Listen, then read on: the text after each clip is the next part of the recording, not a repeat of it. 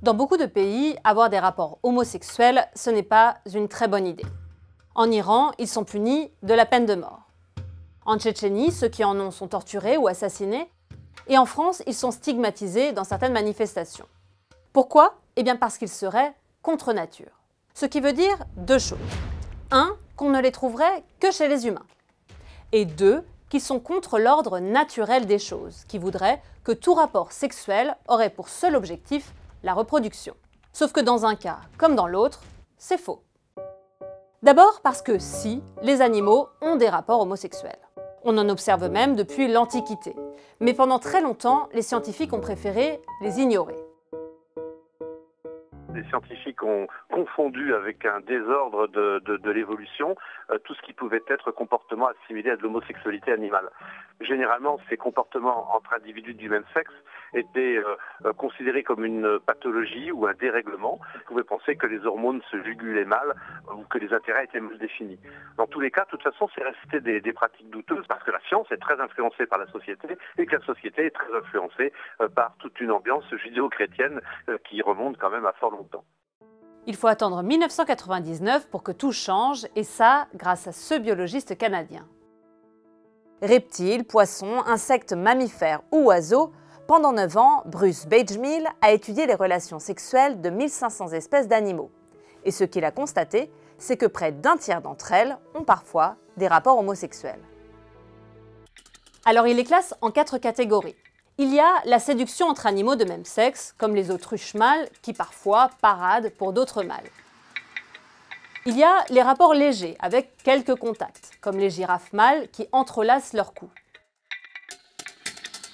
Il y a ensuite les rapports sexuels, comme chez les lions ou les éléphants, qui se pénètrent. Et enfin, des relations de couple homosexuelles, comme chez certains béliers, chez certains putois, ou chez ces manchots mâles par exemple. En 2005, la direction de leur zoo en Allemagne a tenté de faire venir des femelles pour qu'ils se reproduisent. Mais ce fut un échec. Ils n'ont jamais voulu se séparer. Résultat, la direction les a chargés de couver les œufs rejetés par certains couples hétérosexuels du même enclos. Bref, des rapports entre animaux de même sexe, il y en a plein. Mais le truc, c'est que ça ne leur sert absolument pas à se reproduire. Mais alors, pourquoi est-ce qu'ils en ont? Eh bien d'abord, une raison simple, le plaisir. Les animaux ne pensent pas qu'à assurer leur descendance. Cunilingus, fellation, pénétration, masturbation, si ces gestes leur sont agréables, eh bien ils seront enclins à les répéter, comme les humains. Et peu importe qu'ils aient lieu lors de rapports hétérosexuels ou homosexuels. Les femelles macaques japonaises, par exemple, se reproduisent avec des mâles, mais ça donne aussi à des caresses sexuelles entre elles. Deuxième raison, les rapports homosexuels renforcent les liens dans un groupe. L'homosexualité, elle sert aussi à faire des alliances, particulièrement chez les mâles, par exemple, donc chez les dauphins. Comme ils vont être deux, ça va leur permettre d'avoir un accès plus facile aux femelles, parce que souvent, à deux, ils vont poursuivre une femelle pour s'accoupler avec elle.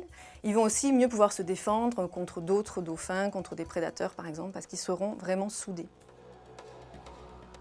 Enfin, pour certains spécialistes, comme Fleur d'Auger, les rapports homosexuels pourraient avoir un rôle majeur dans la nature.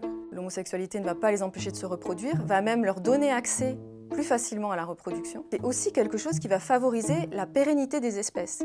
Prenez les cygnes noirs, par exemple. Parfois, deux mâles décident de se mettre en couple. Ensemble, ils deviennent alors plus forts qu'un couple hétérosexuel, les femelles étant plus petites.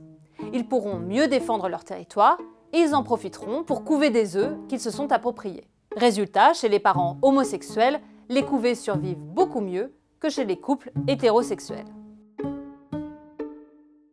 En résumé, les rapports homosexuels sont partout dans la nature. L'homme n'est donc qu'un animal parmi d'autres.